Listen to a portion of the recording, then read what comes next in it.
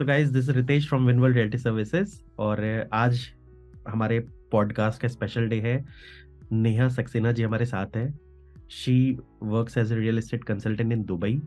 और बाकी वो अपना पूरा इंट्रो दे देंगे कि कितने साल से वो वहाँ पर हैं और कैसे क्या। और हम ना कुछ रैंडम क्वेश्चंस पूछेंगे। बेसिकली क्वेश्चंस इस तरीके से होगा कि जो हमारे गुड़गांव के ऑडियंसेस होते हैं या फिर एक इंडिया में रियल एस्टेट में जो इन्वेस्ट करते हैं उनके लिए रियली दुबई वर्थ है इन्वेस्ट करने के लिए, नहीं है, क्या बेनिफिट्स है और क्या एज ए ऑल्टरनेट इन्वेस्टमेंट आप वहाँ देख सकते हो नहीं दे सकते। जस्ट एक कैजुअल डिस्कशन होगी, मतलब ऐसा नहीं कि we have prepared anything. Just मैंने इनके साथ एक आइडिया शेयर किया था कि चलो हमारे ऑडियंसेस को ना कुछ दुबई के बारे में भी बताते हैं एक्चुअल में। तो वो तैयार हो गई उस चीज को शेयर करने के लिए अपने आइडियाज को। तो लेट्स सी हाउ स्टार्ट्स। तो सबसे पहले आप अपने आपको इंट्रो दो कि मतलब like what you actually do about Hi it. Ritesh, thank you so much for inviting me to your podcast. And मैं दुबई में 3 साल से हूँ. I'm originally from Lucknow, but I grew up in Gurgaon for many years. तो मैंने गुड़गांव में काफी साल काम किया है. I'm an architect by profession. But शादी के बाद I moved to Dubai. The reason for moving there was because my husband moved here. And we moved during COVID. So of course COVID में I was doing nothing. But 2021 onwards, I was working full time in real estate. 1 साल मैंने MR में काम किया है. उसके बाद 6 महीने I was in Ellington. And that's when I realise कि मार्केट में बहुत सारे नए ऑप्शंस आने लगे हैं instead of just the big developers. So I thought let's become a real estate agent, because उसमें क्या हो जाता है, you have the option to offer much much better or different kind of products than just the big developers. तो it's been 6 months now, quite a crazy journey. और Dubai में इस वक्त it's not just your big developers, there's so many new products with amazing payment plan options जो आप सोच सकते हैं. नए एरियाज आ रहे हैं. The metro line is also expanding. Government की तरफ से भी काफी सपोर्ट है because they are making the visa process simpler, setting up businesses are becoming very easy. तो उस चक्कर में काफी इन्वेस्टमेंट इंडिया से दुबई की तरफ आने लगा है. तो मेरे को लगा सब कर रहे हैं तो let's try this. It's the new journey. I have never been a real estate broker before. जैसे suppose you are a female, तो कभी आपको फीमेल और वो भी रियल एस्टेट कंसल्टेंट बन के कोई चैलेंज नहीं आता है एज अ सिटी का? मैं लाइफस्टाइल के हिसाब से सोचूं वाली बात एग्जैक्टली। नहीं, actually Dubai is very safe for women. And although मैं गुड़गांव में पली बड़ी हूँ, मैंने all my working life I have been in Bombay. तो Dubai is very similar to Bombay in terms of work culture. You can get public transport at different times of the night. कोई problem नहीं है. Safety and security is not a concern. And amazingly यहाँ पे real estate agents as many women as men. अगर आप किसी project launch पे जाओ, you will see more women than men sometimes. तो एंड मतलब एलिंगटन में स्पेशली मेरी लास्ट जिस कंपनी में थी, तो वहाँ पे they would prefer a female hire than a male hire. और दे वुड से कि यार eventually at the end of the day I know home buyers decisions are made by the women of the house. तो even when a couple walks in, हमें बोला जाता था 40% attention should be paid to the men and 60% should go to the woman, because although they don't say much, but they are the one who are making the decision at the back. तो it's थोड़ा सा beneficial being a female because वो थोड़ा comfort ज्यादा आ जाता है for a customer. जैसे गुड़गांव में क्या सीन है ना, अगर आप देखोगे आरएम्स जो होते हैं, जो बिल्डर की तरफ से रिप्रेजेंटेटिव होते हैं, वो 40% आपके फीमेल्स मिलेगी, 60% मेल मिलेंगे आपको। और रियल एस्टेट एजेंट में इंटरप्रेन्योरशिप पे फीमेल्स नेग्लिजिबल है, मतलब ऐसा नहीं कि नहीं है पर But very few. हाँ, और या फिर एम्प्लॉइज है एक्चुअल में, पर अभी भी वो एक्सपोजर उतना ज्यादा नहीं है। इसका वन ऑफ द रीजन है कि जैसे सपोज मान लो कि there are lot of restrictions which are there, मतलब नाइट में ट्रेवल नहीं कर सकते ऑफ कोर्स। थोड़ा थोड़ा सा सेफ्टी कंसर्न है, मतलब ऐसा नहीं कि मतलब बिल्कुल ही फ्री हैंड है यहाँ पर हर चीजों को लेकर। तो आई थिंक उसमें दुबई फार अहेड है। तो जहाँ पर सेफ्टी In सिक्योरिटी fact, ज्यादा चाहिए वहाँ मेरी फीमेल्स का। Dubai is very different in that way. Safety security तो is no problem. But in fact मेरी खुद की company owner is a female. तो I there is a joint partner. There two partners. There is one Indian guy and she is Saudi Moroccan lady. तो my boss is actually a female. तो it's not unheard of. यहाँ पे काफी women real estate agents and company owners are there. तो it's not very difficult, and I'm not one of the very few. ऐसे बहुत लोग मिलेंगे. lot of female agents in the market यहाँ पे.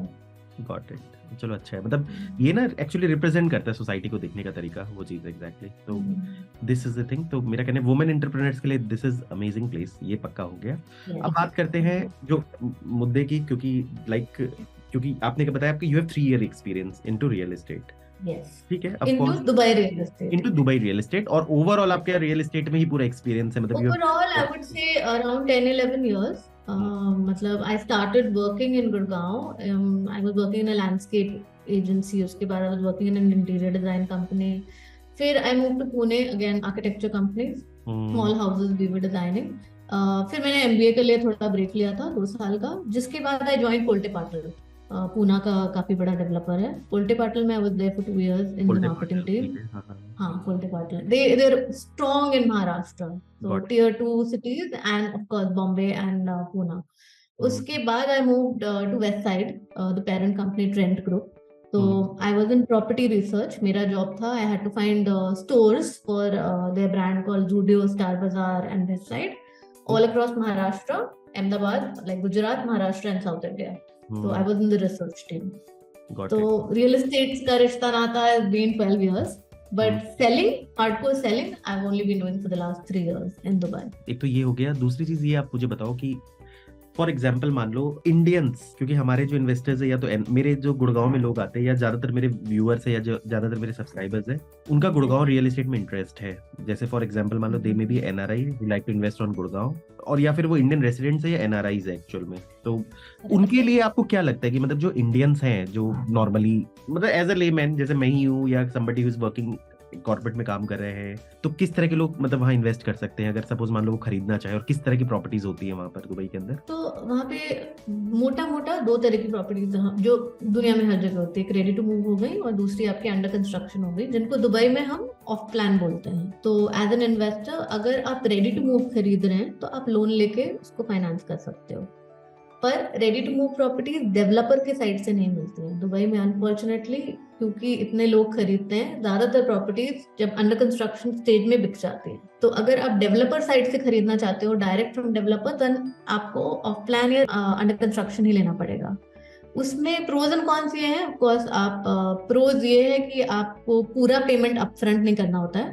इन दुबई पेमेंट प्लान होता है, तो डेवलपर आपको एक तरह से लोन देता है कि आप धीरे धीरे धीरे करके as the building gets constructed link to construction आप पेमेंट करिए। कितने साल का पेमेंट तो प्लान? इट डिफर्स, नॉर्मली 2 से 3 साल लगते हैं बिल्डिंग बनने में, तो वो 2 से 3 साल का पेमेंट प्लान होता है। There different kinds, there some that are what we call 60-40 या 50-50, तो 50% during construction and 50% on handover. Then there are kinds there are 50% या 60% during construction and 40% post handover. तो बिल्डिंग बनने के बाद भी वो आपको 2-3 साल का टाइम मिलता है उसको पेमेंट करने के लिए। एंड देन आजकल जो नया लेटेस्ट चल रहा है तो 1% पेमेंट प्लान, वेयर आप बुकिंग अमाउंट 24% या जो भी 40% या डिपेंड्स आप दो, उसके बाद हर मंथ आप 1% पे करेंगे till the construction happens or sometimes even after construction happens. Okay. So it's very attractive for investors to buy now off plan या under construction property. But of course being Indians हम लोग को थोड़ा सा trust issue होता है, तो first time buyers who are investing in Dubai always go for a ready to move property. Okay. क्योंकि उनको लगता है कि कुछ सॉलिड लिया जाए कि डिफॉल्ट नहीं हो, मेरे पैसे नहीं डूब जाए। वैसे स्कोप क्या होता है? हाँ, पैसे नहीं डूब जाए वो है, पर उसमें क्या हो जाता है कि which is also good option, क्योंकि यहाँ पे बैंक लोन्स आर एट से 4 से 5% के अराउंड इंटरेस्ट रेट चल रहा है अभी, और आपकी rental income can be from 6 to as high as 7%. 6-7% is the normal rental thing. Okay, तो यहाँ उल्टा है एक्चुअली। यहाँ पर क्या है कि वैसे मैं ब्रेक कर दिया आपको, 8 to 9% का आपका इंटरेस्ट हो गया बैंक का, और आरओआई जो रेजिडेंशियल में रेंटल आरओआई आता है वो 2 से 2.5% का या मैक्स 3% का। Right, I know Bombay is the highest, जहाँ पे कभी कभी शायद 3 या 4% मिल जाता है। I think Bangalore is also sometimes residential में, बट दुबई में 6% is like a bad ROI जिसको हम मानते हैं। लाइक देयर आर प्लेसेस जहाँ पे 9-10% तक भी पहुंच जाता है, तो it's a matter of choosing a right property. And also residential की बात कर रहे हो, क्योंकि कमर्शियल में यहाँ पे भी हाँ, मैं रेजिडेंशियल की बात कर रही हूँ। मैं रेजिडेंशियल की बात कर रही हूँ, तो तभी रेडी टू मूव लेना भी इतना बुरा आइडिया नहीं है दुबई में, क्योंकि आपका rents are very high right now at the moment. तो फिर तो उस हिसाब से अगर आप देखो तो somebody who has like 20-25% payment अगर वो ले लेता है तो नेचुरल बात है वो अपने रेंट से ही मतलब सारी ईएमआई भर देगा, अगर उस कैलकुलेशन से देखो तो। बस एक ट्रिक ये है, because if you are a non resident of UAE, तो आपका जो लोन एलटीवी कहते हैं, लोन टू वैल्यू रेशियो जो होता है, that will be up to 50 to 60%. 80% mortgage नहीं मिलेगा, 50 to 60 मिलेगा. बट स्टिल ठीक है, 50% पैसे मेरे पास पड़े थे, 50% थोड़ा सा उल्टे ज्यादा ही पैसे मुझे हर महीने में सेव भी कर पा रहा हूँ, वो चीज एग्जैक्टली हाँ. है ना. तो अगर आपका वो इनिशियल पेमेंट आपके पास है उतना lump sum amount, then of course it makes sense आप 4-5% पे लोन उठाओ, 6% पे रेंट करो. Worst case scenario. क्राइटेरिया क्या देखते हैं, कल को मान लो फॉर एग्जांपल जैसे इंडिया में क्या होता है, अगर आप होम लोन लेने जाओ, देखो इंडिया में दो तरह के राइट. लोग होते हैं, वन इज सर्विस वाले और one is self employed. Self employed. Right. Salaried वालों के लिए तो बड़ी बढ़िया एकदम सैलरीड स्लिप बनती है, क्योंकि वो पूरे टैक्स भरते हैं. और इंडिया में मैंने ये चीज देखी कि banks are more favourable to give home loan to people from the service industry, but at the same time they are biased कि यार जो सेल्फ एम्प्लॉयड लोग हैं, जैसे मैं भी रियल एस्टेट में काम करता हूँ, मेरा प्रॉपर बहुत अच्छा टैक्सेस जाता है प्रॉपर, एक कोई डिफॉल्ट्स नहीं, कुछ नहीं, मतलब एक होता है ना कि बहुत हर कुछ अच्छा है, पर मतलब मेरा जो लोन देते वक्त मुझे भी थोड़ा सा ना मतलब इस तरीके से बिहेव किया जाए कि जैसे मेरे स्कोप ऑफ डिफॉल्ट ज्यादा है कंपेरेटिवली, या कई बार ऐसे भी होते हैं, कई बार जैसे इनिशियली जब मैंने कंपनी स्टार्ट की थी तो मेरे को लोन ही नहीं मिलता, अगर सपोज मान लो शुरू में 2-3 साल में तो मिलता ही नहीं. अब मुझे अगर मेरा सेम इनकम का अगर सैलरीड वाला बंदा होगा तो मेरे से 3 टाइम ज्यादा लोन मिल जाएगा उसको, और मुझे उतना नहीं मिलेगा कंपेरेटिवली. तो ये स्कोप सबके साथ है, आप डॉक्टर हो, आप चार्टेड अकाउंटेंट हो, may be. But I think that is everywhere. Dubai में banks work the same way universally. अगर किसी को लोन लेना है तो वहां की बैंक्स होंगी, इंडियन बैंक्स होती हैं, जैसे HDFC, ICICI बैंक, ये होती है. जैसे मान लो मुझे दुबई में जाके लेना है, तो मेरा क्राइटेरिया चेक करने वाली बैंक कौन सी होगी, the same bank from India या बैंक फ्रॉम नहीं, bank from Dubai. What they are documentation में से वो क्या लेंगे, जो इंडियन बैंक्स पेपर्स लेते हैं ITR वाईटीआर वही सेम लेंगे आपके से या क्या लेंगे? सेम सिमिलर होता है आपका. अगर आपकी कंपनी है तो दे विल आस्क फॉर आपकी बेसिक उनका फिल्टरिंग क्राइटेरिया ये होता है कि your company should have been in business for at least a year, और if you are employed then you should be in the same job for at least 1 year. तो आपका एक पूरे साल का फाइनेंशियल स्टेटमेंट, बैंक बैलेंस वगैरह, बैंक का statements वगैरह वो देखते हैं, and they will ask for all of that. ऐसा कुछ सेल्फ एम्प्लॉयड में क्या हो जाता है ना, there is a lot of criteria. I can not really tell you whether they prefer a self employed या सैलरी. इंडिया में क्या होता है, इनकम भी कंसिस्टेंट चाहिए होता है, कि ऐसा ना हो कि जैसे 3 महीने आपका इनकम खराब हो गया, फिर अचानक चौथे महीने आपने खूब सारी पेमेंट्स रिसीव कर ली, तो थोड़ा इनकंसिस्टेंसी अलग होता है. यहाँ पे एक मिनिमम बैलेंस आपको होना चाहिए of a certain amount. I think for self employed they expect like 7 lakhs in the bank forever, और नहीं for salaried. For self employed शायद थोड़ा ज्यादा होता है. मैं दिरम्स में बता सकती हूँ, 25,000 dirhams for a salaried person, 50,000 dirhams for a self employed person. मतलब इंडियन बैंक्स क्राइटेरिया चेक करते हैं, there is same criteria, they check it. Suppose by the way एक बंदा है, जैसे इंडिया में आपको बहुत ऐसे लोग मिलेंगे जिनके पास पैसे बहुत होते हैं, पर उनका ना बैंक स्टेटमेंट और ITR बहुत खराब होता है एक्चुअल में. आपको ऐसे बड़े सारे लाला मिलेंगे जिनके पास करोड़ों रुपए है, पर मतलब अगर आप जेन्युइनली उनके अगर लीगल फॉर्म में जाओगे ना, उनका क्राइटेरिया चेक करने जो बैंक करता है, तो वो 10 लाख के भी लिए एलिजिबल नहीं है एक्चुअल में. देखिए लोन तो फॉर्मली आपको बैंक के थ्रू ही जाना पड़ेगा, और banks will ask for all that. अगर आप फुल पेमेंट करना चाहते हो तो दुबई एक्सेप्ट्स कैश, वो एक है यहाँ पे. इनफैक्ट ट्रस्टी ऑफिस में भी, ट्रांसफर ऑफिस में भी आप दुबई दिरम्स में आप पैसे देके भी प्रॉपर्टी खरीद सकते हो. लेजिटिमेट है, क्योंकि टैक्सेशन वगैरह कुछ है नहीं प्रॉपर्टी पे, खाली एक रजिस्ट्रेशन चार्ज होता है. तो that is a different thing.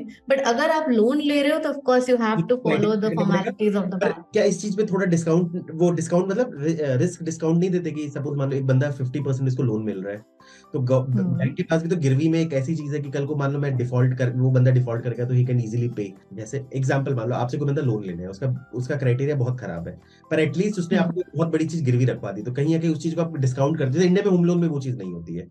India में ये तक सिस्टम है कि अगर आप 1 करोड़ की प्रॉपर्टी है, आपको 10 लाख का लोन लेना है, तो भी वो चेक करेंगे कि आप 10 लाख दे सकते नहीं दे सकते. वो अगर आप 10 लाख नहीं दे सकते तो वो ये चेक नहीं करेंगे कि मैंने 1 करोड़ का गिरवी रखा हुआ है प्रॉपर्टी. मैं उस सेंस में. तो I think the way around it, they will say कि हमारे बैंक में अकाउंट खोलो और इतना मिनिमम आप बैलेंस बना के रखो. That is one way around it. कोई ऐसी मोटी चीज गिरवी नहीं रख सकते, आपको बैंक अकाउंट में पैसे दिखाने पड़ेंगे, तब वो बैंक जाके गवर्नमेंट को बोल सकता है कि I think he is a safe person, क्योंकि इतने फंड्स इसके हैं अकाउंट में, तो we can take that risk of giving him. मतलब इंडिया में तो क्योंकि देखो ये तो चलो टेक्निकली एज ए वो बात कर रहे हैं, तो मेरा इंडिया की तरह, क्योंकि नेचुरल बात है, आपके पास जो आपका व्हाइट मनी है, टैक्सेबल मनी है, वही आप बैंक में रख सकते हो. दुबई में सिंपली इंडियंस जाते हैं, अपना मतलब जो भी पैसा ट्रांसफर करते हैं और वहां अपना अकाउंट खुलाते हैं, और दे कैन पुट, या और बिल्डर को भी कैश में आप पैसे दे सकते हो. दिरहम्स लाए, ये इतने दिरहम्स है मेरे पास, लो मेरी बुकिंग कर दो वाली बात. एग्जैक्टली. तो बड़े बिल्डर्स कैश नहीं लेते हैं, तो आपके जितने गवर्नमेंट वाले बिल्डर्स हो गए, मार हो गया, नखील हो गया, जो मेन बिल्डर्स हैं वो नहीं लेते हैं, बट छोटे बिल्डर्स एक्सेप्ट करते हैं. बट मतलब taxation is the thing that you will have to consult your CA, उस पे I will not comment on it, मैंने ना क्योंकि 2 क्राइटेरिया देखा, कई लोग क्या करते हैं दुबई जाते हैं, इंडिया में वाला के through they get their money transfer to Dubai, और वहां पर वो बैंक के पास बोलते हैं ये मेरा पैसा है, इसको मेरा अकाउंट खोलो और ये पैसे डाल दो उसके अंदर, उसके लिए कोई आपका वो नहीं है, मतलब like there is nothing called की सोर्स ऑफ इनकम और ये वो इस तरह से, आई थिंक कि वहां कुछ भी नहीं मांगते, ऐसा है? क्योंकि एक तो गोल्डन वीजा का भी एक क्राइटेरिया यही होता है, या तो आप प्रॉपर्टी खरीदो 2 मिलियन की, या आप 2 मिलियन का फंड अगर अपने अकाउंट में दिखा सकते हो तो then also you can apply for a golden visa. Suppose मान लो मैं इंडिया से बस, एनीबडी इंडिया में उठा के पैसे ले जाए वहां दुबई, और वहां पे सीधे जाके बैंक वाले को बोले यार ये पैसे पड़े हैं मेरे अकाउंट खोलो और डाल दो वाली बात, एग्जैक्टली तो वो करते हैं ऐसा कि वो कहेंगे कि नहीं आपने पैसे कहाँ से कमाए, लीगली कमाए है, चोरी करके कमाए, कुछ भी कमाए, एग्जैक्टली वो दुबई में करते कि नहीं करते? अब इस पे तो बैंक वाले ही बताएंगे, अब मैं क्या बोलूं, पर करने वाले तो करते हैं, आप जानते हो। तो क्योंकि मतलब इंटरनेशनली स्विस बैंक भी करता है, बट लीगली देखा जाए तो या सोर्स ऑफ फंड्स आपको डिक्लेयर करना पड़ेगा, बिजनेस से कमाए कैसे कमाए, बट वो उसमें घुसते नहीं है इतना मे बी जितना probably compliance team of Indian banks is. Got it. तभी एक दुबई भी ना इंडियंस के लिए टैक्स हेवन बन गया एक तरह से। हाँ, एक तरह से तो आपके मतलब banks, Indian banks are also here, but the best interest rates या most stable thing that you can do is to work through a Dubai bank. एक चीज और आप मुझसे पूछनी है, इंडिया का एक कंसर्न बता रहे हो, इंडिया में रियल एस्टेट में एक सबसे बड़ा चैलेंज आता है, देखो गुड़गांव में नहीं आता वो चैलेंज बहुत ज्यादा, पर कौन है गुड़गांव, पर दूसरी सिटीज में बहुत ज्यादा प्रॉब्लम होता है कि अगर आपका एक फ्लैट है, आपने उसको किसी को रेंट पे दे दिया, तो रेंट पे देने का जो फॉर्मेलिटी वो तो बहुत इजी है यहाँ पर, जो खाली करवाने का फॉर्मेलिटी है ना, उस वक्त कोर्ट आपके साथ नहीं खड़ा एक्चुअल में। There are thousand of ways एक टेनेंट स्टे ले सकते हैं कि मैं इस घर को खाली नहीं करना चाहता, और वो सालों वो केस लड़ता रहेगा और केस हार भी जाएगा और वो अपना फ्लैट खाली नहीं करवा पाएगा।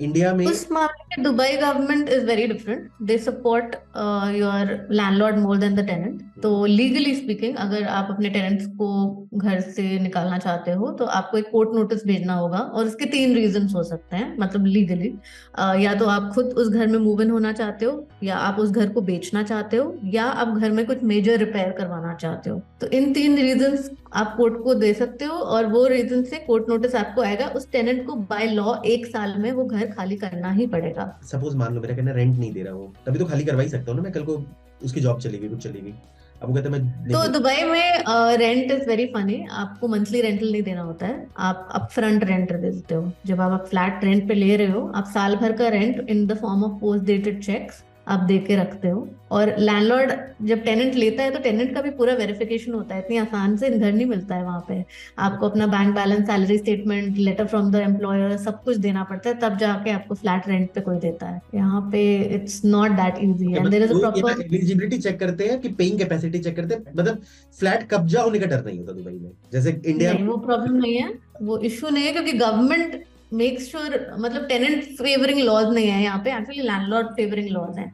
अभी रिसेंटली यहाँ पे रेंट बहुत बढ़ रहा था, तो lot of landlords were saying कि भाई मेरा टेनेंट जो है 2 साल से रह रहा है, रेंट बहुत कम दे रहा है, तो I want the rent to increase more than 5%, या लीगली 1 साल में 5 से 10% से ज्यादा बढ़ा नहीं सकते हो। तो दुबई गवर्नमेंट ने पूरा एक मतलब नोटिस भेजा है सारे टेनेंट्स को कि अगले साल आपको 15% अपना रेंट बढ़ाना पड़ेगा। I mean like government is telling the tenant की रेंट आपको ज्यादा देना है, ऐसा और कहाँ दुनिया में होता है। समझ गया वो चीज एग्जैक्टली, व्हिच इज लाइक, क्योंकि इंडिया में एक्चुअली क्या हुआ ना कि जो भी कानून बना है, कुछ मतलब रियल एस्टेट से रिलेटेड कानून तो अंग्रेज के जमाने के हैं, फिर इंडिया में जब आजादी हुई तो थोड़ा सोशलिस्ट वो बनी, मतलब लाइक। अरे इनफैक्ट मैं एक और चीज बताऊंगी, यहाँ पे आपका जो रेंटल कॉन्ट्रैक्ट होता है, उसको जारी बोलते हैं, that is also link to your visa.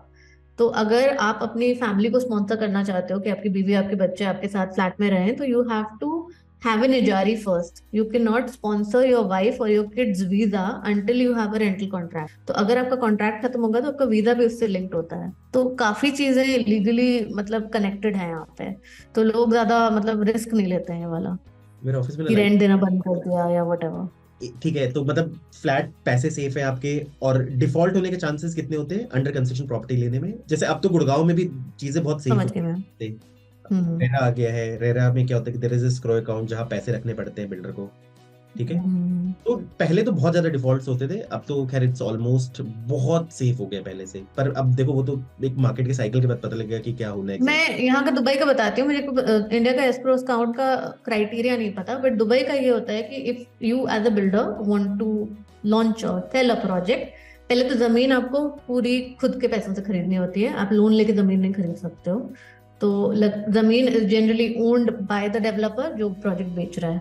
उसके बाद एस्क्रो अकाउंट में at least 50% of the construction cost you have to put money in that account, only then are you allowed to sell a project. उसके बिना escrow account खुलता ही नहीं है। समझ गया, दैट मीन्स आपके पास एक बहुत मोटा पैसा होना चाहिए। तो आई बहुत थिंक मोटा पैसा। अगर किसी को लैंड लेना है विदाउट लोन और 50% कंस्ट्रक्शन का पैसा रखना, तो वैसे डिफॉल्ट होने के चांसेस तो नेग्लिजिबल हो जाते हैं।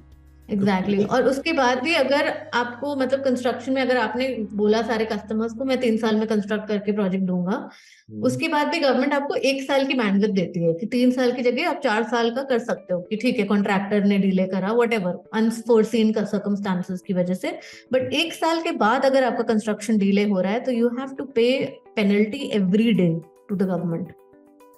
ओके, तो वो उतना कोई मतलब एवरीबडी अवॉइड्स दैट, कोई डेवलपर चाहेगा नहीं कि उनका कंस्ट्रक्शन 1 साल से ज्यादा डिले हो। और फ्लैट खाली रहने के क्या चांसेस रहते हैं? सपोज मान लो मेरा कहना है, जैसे कई बार क्या होता है ना, देखो इंडिया में रेजिडेंशियल तो खाली नहीं रहता, कमर्शियल्स में खाली होने के चांसेस थोड़े ज्यादा होते हैं।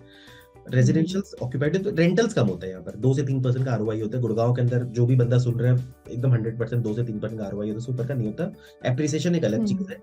वहां पर आपने बोला रेंटल आरओआई तो बहुत अच्छा, वो तो इतना ज्यादा है ना, मेरा तो सुन के एकदम दिल अलग ही हो गया, मुझे लगता है कि बहुत अच्छा है। दूसरी चीज हम बेचारे जो लोग जो रेंट पे रहते हैं उनके लिए बहुत भारी होता है कि हमारा रेंट मेजर प्रॉब्लम, पर उसके बावजूद भी जैसे मुझे ये बताओ कि वहां पर वो क्या है, मतलब फ्लैट खाली रहने के चांसेस क्या है? जैसे क्या होता है कमर्शियल, जैसे यहाँ पर क्या है कमर्शियल में आरओआई अच्छा बट खाली होने के चांसेस ज्यादा होते हैं, फ्लैट्स में आरओआई कम है, रेंटल आरओआई कम है, बट रेंट होने के चांसेस 100% होते हैं। ओनली वॉलंटरली लोग कई बार खाली रखते हैं क्योंकि वो रिस्क नहीं लेना चाहते किसी को चढ़ा के। एक्चुअल में कई देयर आर सम पीपल जो वॉलंटरली फ्लैट को खाली रखते हैं एक्चुअल में। तो वहां पर यहाँ पे भी वैसे लोग भी मिलेंगे बिकॉज क्योंकि काफी इंटरनेशनल बायर्स वो खाली इसलिए रखते हैं क्योंकि फैमिली आए तो वो यूज कर पाए, अगर टेनेंट आ गया तो वो सारे टाइम नहीं मिलेगा उनको।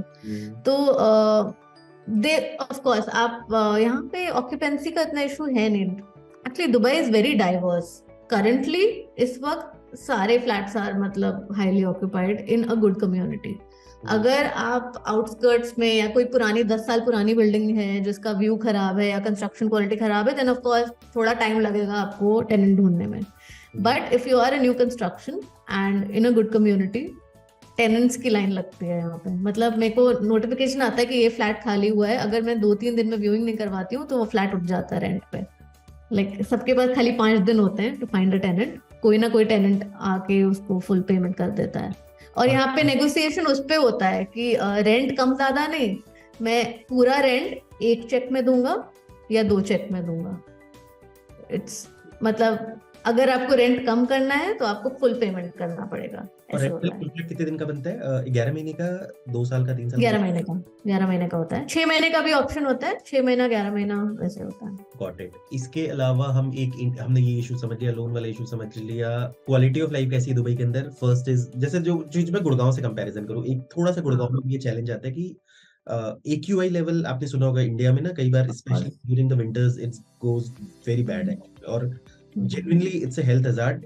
देखो डेवलपमेंट बहुत हो रहे हैं, India is the next venture और एक सब कुछ बहुत अच्छा है, Gurgaon is amazing, company corporates ये वो बहुत अच्छी आ रही, मतलब पीपल आर, चीजें अच्छी हो रही है। पर ओनली थिंग कि थोड़ा सा जो नेगेटिव साइड जा रहा है वो हमारा AQI लेवल ना विंटर्स में इतना ज्यादा खराब हो जाता है कि कई बार तो मतलब जब हम उस पे देखते हैं ना तो it reaches to the dangerous level, मतलब ये लिखा हुआ होता है उस पे कि डेंजरस।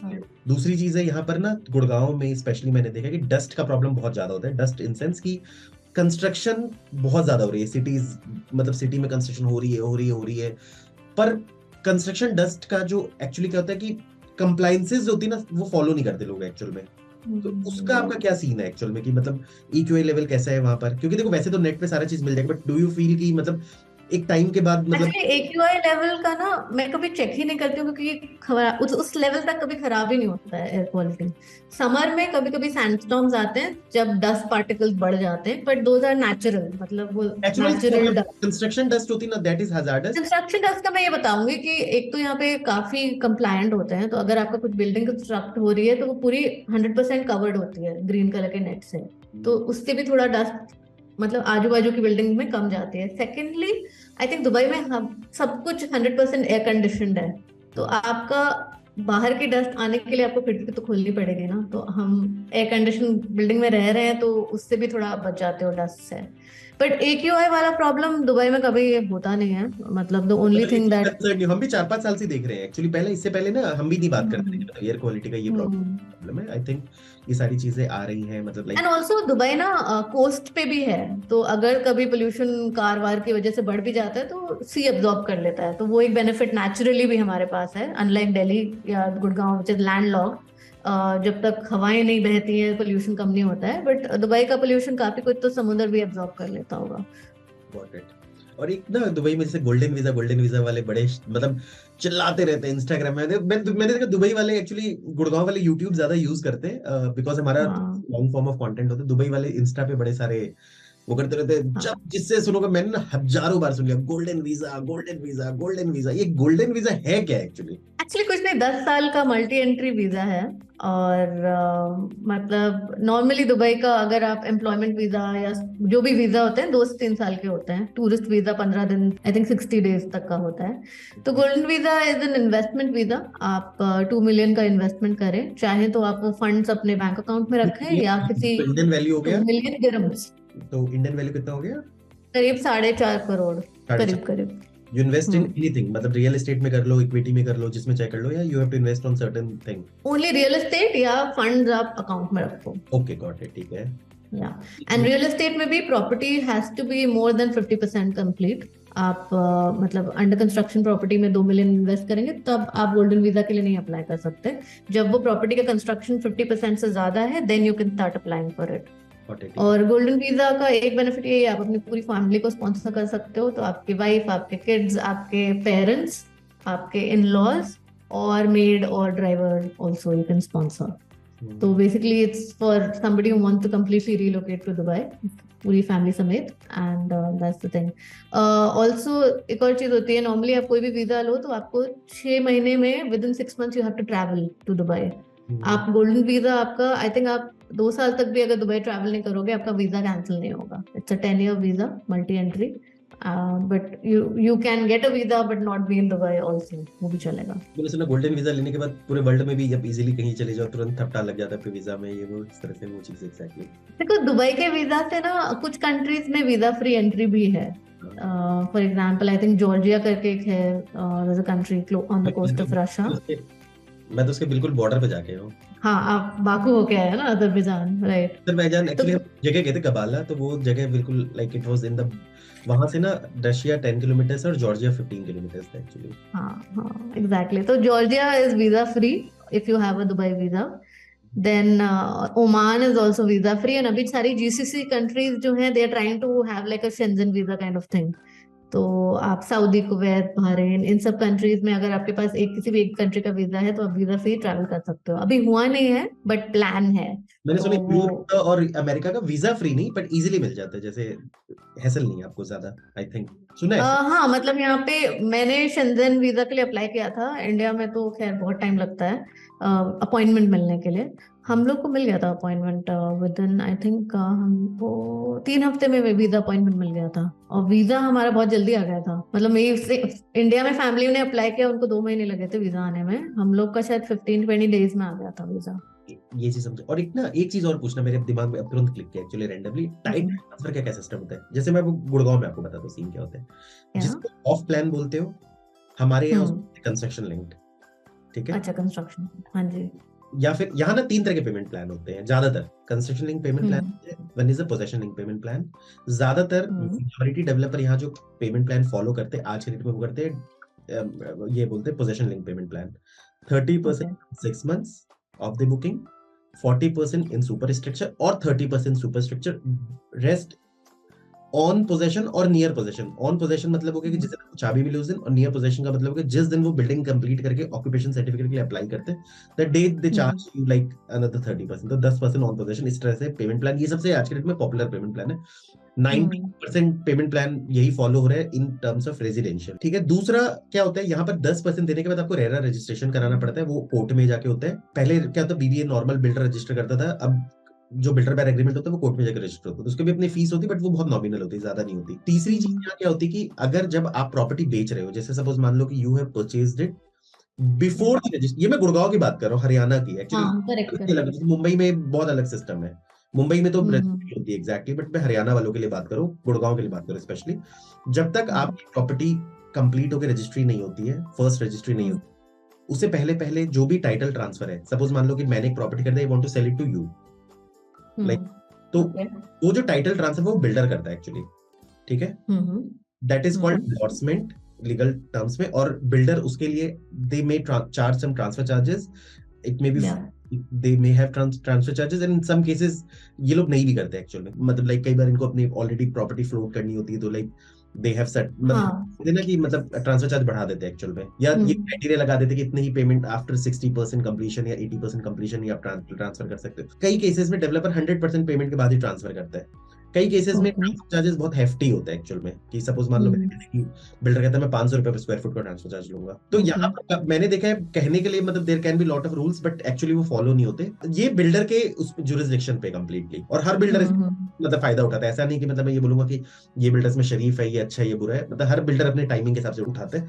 ज्यादातर बिल्डर ये होते हैं कि अगर उनके प्रोजेक्ट्स बचे हुए हैं सेम प्रोजेक्ट में, तो दे ट्राई टू डिस्करेज दी, मतलब जो रीसेल को डिस्करेज करने की कोशिश करते हैं, ड्यू टू ट्रांसफर चार्ज करना, ऑब्लिगेशन लगाना, ये वो करके वाली बात एग्जैक्टली।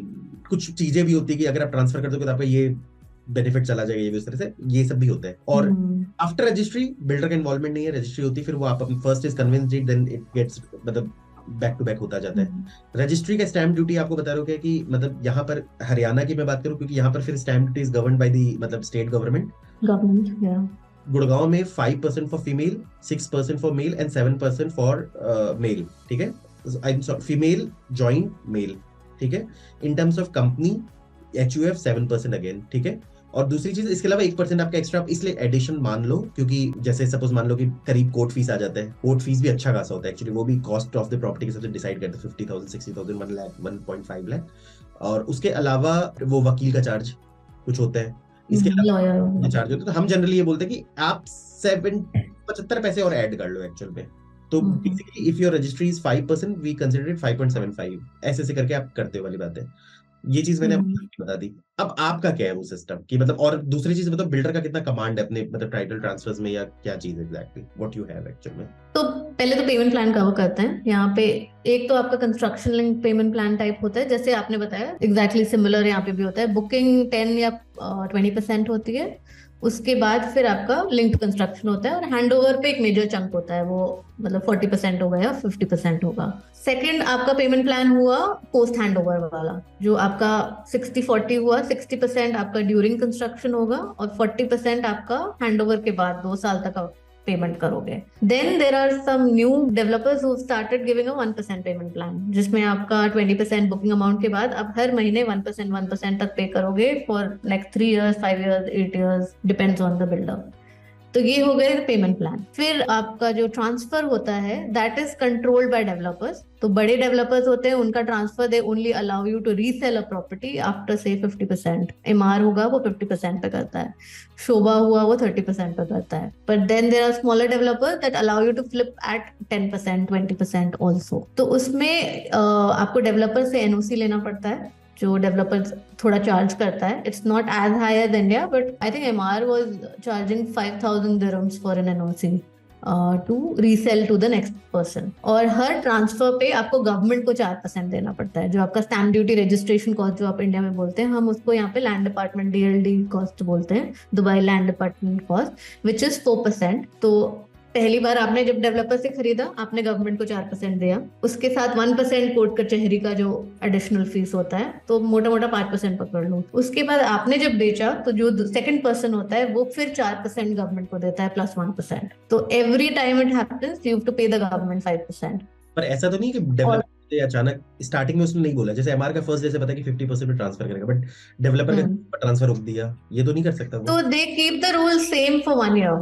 तो last year MR was allowing you to flip at 40%. उससे पहले आई थिंक 2022 या 2021 में 20% 30% पे भी फ्लिप किया है इन सम प्रोजेक्ट्स. पर उनका जो भी रूल होता है 1 साल तक they keep it the same. तो इस साल 2023 में they are not letting you flip up like until 50% of the payment is made. ठीक है, दूसरी चीज ये है कि देखो, क्योंकि गुड़गांव ने ना, बाकी चाहे आप कितना भी बोलो, एप्रिसिएशन तो बहुत अच्छा दिया प्रॉपर्टी के अंदर, specially after covid the appreciation has been mind blowing actual में. तो मतलब उस केस में मतलब what is your kind of appreciation? क्योंकि देखो अपॉर्चुनिटी तो देखो, रियल एस्टेट में सिर्फ गुड़गांव में प्रॉब्लम क्या आ रही है आज के डेट में, there are two kind of investments, residential and commercial. Institutional चलो बहुत अलग लोग, रेजिडेंशियल कमर्शियल. रेजिडेंशियल में क्या होता है कि आरओआई कम है, अभी एप्रिसिएशन मिल गया, डिपेंड करता है ये वो. और दूसरी चीज, रेजिडेंशियल में एंट्री इन्वेस्टमेंट भी बहुत ज्यादा बढ़ गया है यहाँ पर. तो आप यहाँ बैठे और आज के डेट में it is like entry investment बहुत ज्यादा है यहाँ पर रियल एस्टेट के लिए. कमर्शियल्स में क्या होता है कि मैं जनरली लोगों को सजेस्ट करता हूँ, अगर आपको लेना है तो प्रॉपर एक बढ़िया चीज लो, छोटी चिंगू पिंगू चीज मत लो, वो चीज है. तो कई बार डेवलपर अलग वो चीज देते हैं. दुबई में एक तो एप्रिसिएशन का स्कोप है, इन्वेस्टमेंट एंट्री कितने से होती है, किस तरह की प्रॉपर्टीज होती है एक्चुअल में, वो भी आप बताओ चीजों को लेके. देखिए कमर्शियल दुबई में काफी वेरी करती है. तो कमर्शियल के बारे में मैं नहीं बोलूंगी because there no blanket rule that applies to commercial. If you are in Business Bay which is right next to Burj Khalifa, it will give you an amazing appreciation. But if you are somewhere in Jebel Ali या far away, तो वहां पे 10-12 साल लग जाएंगे आपको capital appreciation में. Residential में I can be very sure कि आपको अच्छा कैपिटल अप्रिसिएशन मिलेगा इन टर्म्स ऑफ नंबर्स. 3 साल तो आप पकड़ के रखो प्रॉपर्टी को. तो 3 years, within 3 to 4 years, I have seen covid post covid में प्रॉपर्टीज जिनका अप्रिसिएशन 50% 100% भी हुआ है.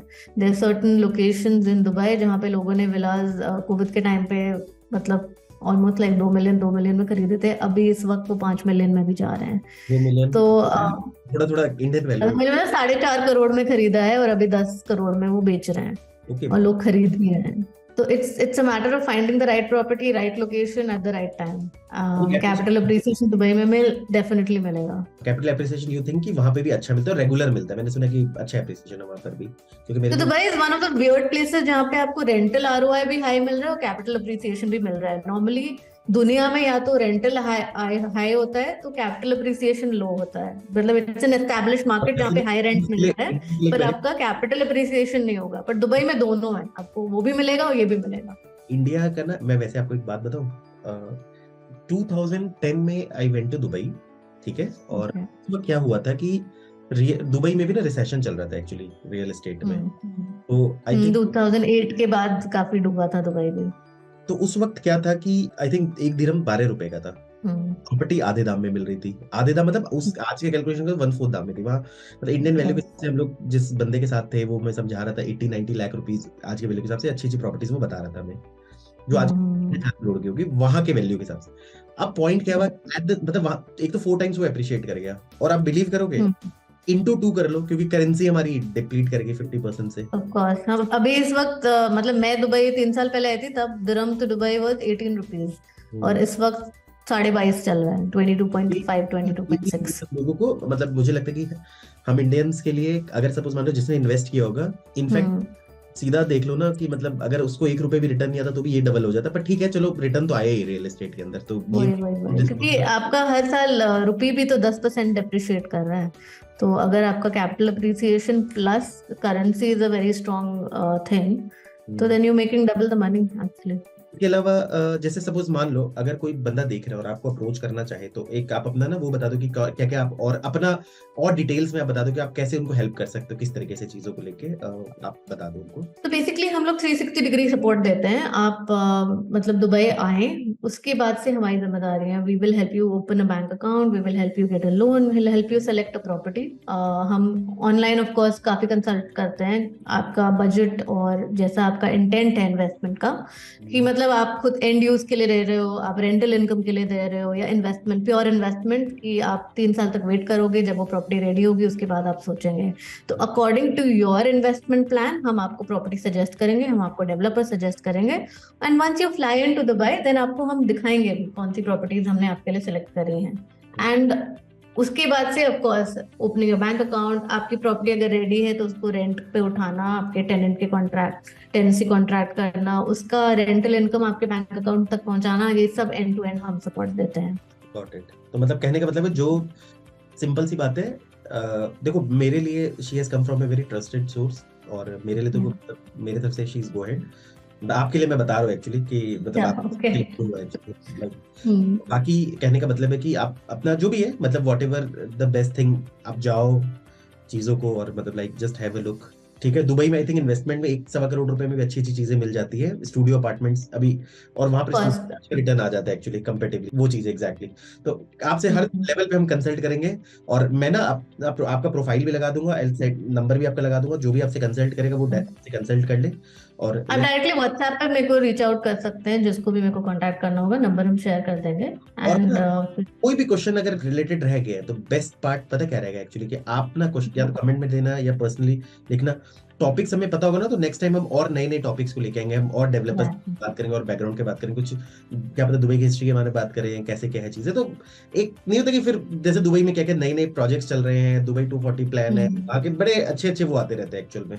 तो हम देखेंगे क्या क्या मतलब उस तरीके से कैसे हम मतलब को रिलेट कर हाँ, सकते जैसा आपके व्यूअर्स आपको हैं। रेकमेंड कर रहे हैं उसके हिसाब से हम आगे डिसाइड तो ये करेंगे। क्या है ना, बहुत ज्यादा लंबा हो जाएगा ये डिस्कस। हाँ, right. उस हिसाब से सेकंड कन्वर्सेशन में will like discuss lot about Dubai city, क्या क्या लोकेशंस होती है, क्या क्या डेवलपमेंट से कैसे सिटी ग्रो कर रहा है, क्या क्या गवर्नमेंट के प्लान्स एक्चुअल में। So guys this is here we end our video. I hope आपको ये अच्छा लगेगा, थोड़ा डिटेल में सुनना चीजों को लेके, और next time we will try कि मतलब नए नए टॉपिक्स और लेके आए, जिस तरह से आप इंटरेस्ट दोगे। बाकी नेहा जी का जो भी मतलब कम्युनिकेशन एंड ऑल है विल प्रोवाइड यू, और let's see how it can help you. Thank you guys. This is here we end our video. Thanks for listening. God bless you all.